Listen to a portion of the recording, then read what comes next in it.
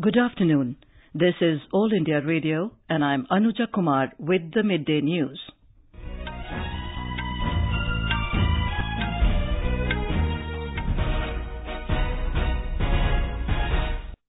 The headlines.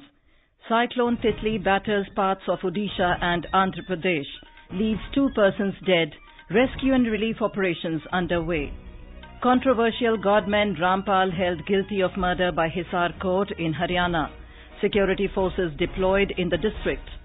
Enforcement Directorate attaches properties worth 54 crore rupees belonging to Karti Chidambaram in INX Media case. Defence Minister Nirmala Sitharaman arrives in Paris on a 3-day visit to France. World Bank and IMF urge US and China to de-escalate trade dispute to avoid lasting damage to global economy.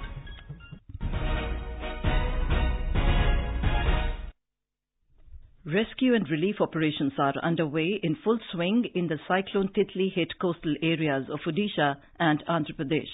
In Andhra Pradesh, Srikakulam is the most affected district. 2 persons were killed due to rain-related incidents in the state. As the cyclonic storm is moving towards West Bengal, heavy to normal rain is expected in Srikakulam and Vizianagaram districts. Fishermen have been advised not to venture into the sea. Meanwhile, the very severe cyclonic storm Titli hit the coast early this morning at South Gopalpur of Odisha and near Palsa of Srikakulam district in Andhra Pradesh. The cyclonic storm disrupted normal life in Gajapati, Ganjam and Raigad districts of Odisha. The district administration is clearing the roads with the help of ODRAF, NDRF and fire services units.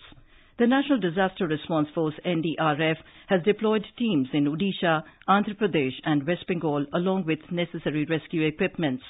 More than 3 lakh people have been shifted to multi-purpose cyclonic shelters at different places in the state. Chief Minister Sri Naveen Patnaik has reviewed the situation and directed to take all relief and rescue measures on war footing. Talking to AIR, Ramesh Kumar Nayak from Met Office Bhubaneswar said during next 12 hours it will move northwest and onwards. During next 12 hours, it will move northwestwards and afterward it will recurve to northeastwards and move along the Odisha coast and reach to the West Bengal coast. And during these 12 hours, it will be heavy to very heavy, sometimes extreme heavy rainfall in coastal Odisha and also south interior Odisha. Our correspondent reports that all educational institutes have been closed till tomorrow. After hitting coast near Gopalpur in Odisha, the severe cyclonic storm Titli is now moving towards West Bengal in northeast direction over Odisha. Gradually it is weakening. Extremely heavy rainfall has been recorded over some places in coastal Odisha this morning. Bhubaneswar has also received heavy rainfall last night. The speed of cyclone and rainfall will be reduced after this evening. In the meantime, the central government has assured the state government that all types of help, including service of army, may be provided if required. All India Radio is also broadcasting special bulletins and phone-in programs from Kotak to inform the people about the latest situation. This is Sudhanshu Dhada for AIR from Bhubaneswar. President Ramnath Kovind in a tweet said that the entire nation is with the affected people and said local authorities and relief agencies will rise to occasion to help fellow citizens. Sant Rampal, the controversial head of the Satlok Ashram in Haryana, was convicted in 2 separate cases of murder today. Rampal was convicted by Hisar Court on charges of murder in a 2006 case relating to the death of a woman supporter. Rampal was also convicted on the charges of murder in a 2014 case that dealt with the deaths of 4 women and a child. The verdict was pronounced at the Hisar Central Jail through makeshift court via video conference. A total of 23 people, including Rampal, have been convicted in the 2 cases. The quantum of punishment will be announced separately in both the cases on Tuesday and Wednesday. Rampal was arrested on November 19, 2014, after thousands of security personnel laid siege to the Satlok Ashram. Rampal's followers had resisted previous attempts by police to arrest him. Meanwhile, the Haryana police fortified Hisar with the deployment of 1,800 policemen ahead of the court verdict against self-styled godman Sant Rampal.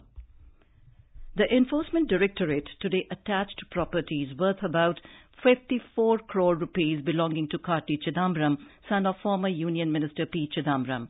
They include movable and immovable assets in India and abroad. The ED crackdown comes as part of the ongoing investigation into the INX media case.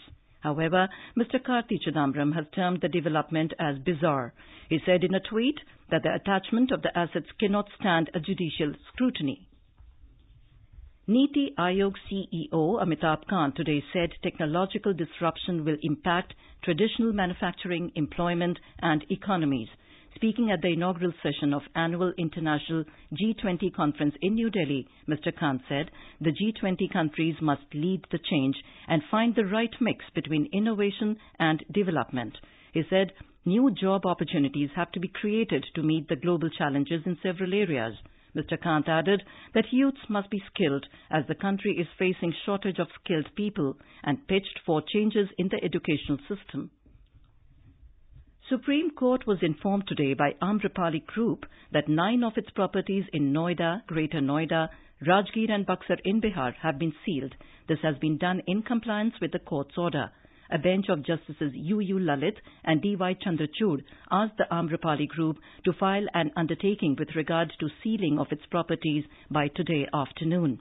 The bench also sought presence of 2 forensic auditors, Ravi Bhatia and Pavan Kumar Agarwal, to ascertain their satisfaction with regard to the documents to be audited.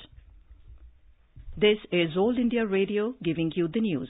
For quick news updates round the clock, follow us on our Twitter handle at AIR News Alerts. You can also log on to our website newsonair.nic.in. Defence Minister Nirmala Sitharaman arrived in Paris today on a 3-day visit to France. Official sources said Ms. Sitharaman will hold wide-ranging talks with her French counterpart Florence Parly on ways to deepen strategic cooperation between the two countries and also deliberate on major regional and global issues of mutual interest. In their talks, both the leaders are expected to deliberate on joint production of military platforms and weapons by the two countries. During French President Emmanuel Macron's visit to India in March this year, the two countries decided to expand strategic ties and deepen counter-terror cooperation. The two sides also inked a strategic pact providing for the use of each other's military facilities, including opening naval bases to warships. External Affairs Minister Sushma Swaraj has left for Dushanbe to participate in the 2-day meet of the Council of Heads of Government of the Shanghai Cooperation Organization SCO in Tajikistan beginning today. A desk report. The Council of Heads of Government is a forum that enables India to engage with SCO member countries and observer states of Afghanistan, Belarus, Iran and Mongolia. It is the first major meeting since Kyrgyzstan took over as a chair of the organization. The leaders will be discussing prospects for further development of the SCO and will exchange in-depth views on current international and regional issues. India became a full member of SCO in 2017. Tripti Srivastav, News Desk. The heads of the World Bank and IMF today urged the US and China to follow world trade rules and de-escalate a dispute over Beijing's technology development strategy that threatens to do lasting damage to the global economy. Christine Lagarde, Managing Director of the International Monetary Fund, advised Beijing and Washington to cool down and face aspects of the world trading system that need fixing and not to break it. Lagarde and World Bank President Jim Yong Kim spoke separately on the sidelines of the lenders' annual meeting in a resort zone of the tropical Indonesian island of Bali. The event brings together finance ministers and central bankers from many economies. Earlier in the week, the IMF downgraded its global economic outlook, forecasting growth will be 3.7% this year rather than its earlier estimate for 3.9%. Back home, in Jammu and Kashmir, 2 terrorists were killed in an encounter in Kupwara district. The operation was launched on a tip-off last evening in Shahgund area of Handwara. After a lull of several hours, fighting had resumed this morning. One slain terrorist has been identified as M.A. Nanwani, a research scholar turned Hizbul Mujahideen commander.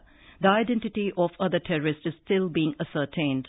Meanwhile, in yet another incident of ceasefire along the line of control, Pakistan forces resorted to mortar shelling in Poonch district last night, which left an army jawan injured. The troops guarding the borderline retaliated effectively as the intermittent exchange of fire lasted around 2 hours. The Income Tax Department searched media baron Raghav Bahal's home and office today in connection with a case of alleged tax evasion. According to officials, a team of IT sleuths raided Bahal's premises in Noida early morning in connection with the evidence related to a case of bogus long-term capital gains received by various beneficiaries. Apart from Bahal, 3 other beneficiaries, J. Lalwani, Anup Jain and Abhimanyu, were also searched as part of the same case. Officials said their business links to offshore entities are being investigated. Bahal is the founder of the Quint News portal and the Network 18 group. The Supreme Court today agreed to hear tomorrow an appeal challenging the West Bengal government's decision to grant 10,000 rupees each to puja committees in the state for Durga Puja celebrations. A bench headed by Chief Justice Ranjan Gogoi was apprised that the Calcutta High Court yesterday had refused to interfere with the Mamata Banerjee government's decision to grant money to puja committees in the state. Commerce and Industry Minister Suresh Prabhu has expressed serious concern over the increasing emission from lighting and has asked the industry to work out an effective solution to reduce it.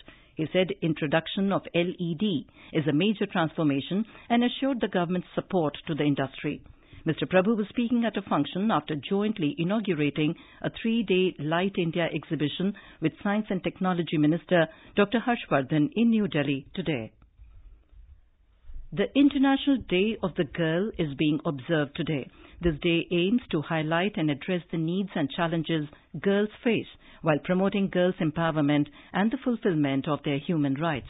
In his message, UN Secretary General Antonio Guterres asked everyone to recommit to supporting every girl to develop her skills, enter the workforce on equal terms, and reach her full potential.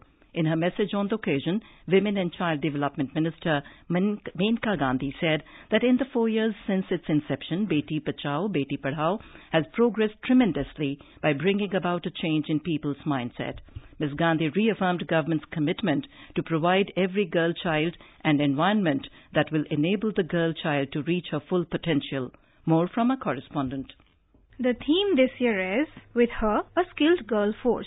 Today's generation of girls are preparing to enter a world of work that is being transformed by innovation and automation. Educated and skilled workers are in great demand, but roughly a quarter of young people, most of them female, are currently neither employed nor in education or training. Of the 600 million adolescent girls that will enter the workforce in the next decade, more than 90% of those living in developing countries will work in the informal sector, where low or no pay, abuse and exploitation are common. Today marks the beginning of a year-long effort to bring together partners and stakeholders to advocate for and draw attention and investments to the most pressing needs and opportunities for girls to attain skills for employability. With Mohammad Naseem, Suparna Sekya, AIR News, Delhi.